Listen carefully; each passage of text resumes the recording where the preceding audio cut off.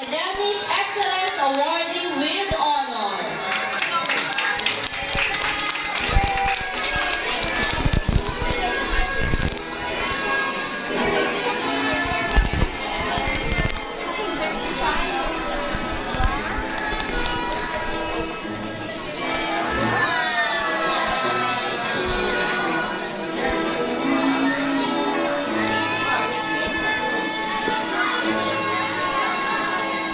Congratulations! Now for our grade 6 graduates. First, we have the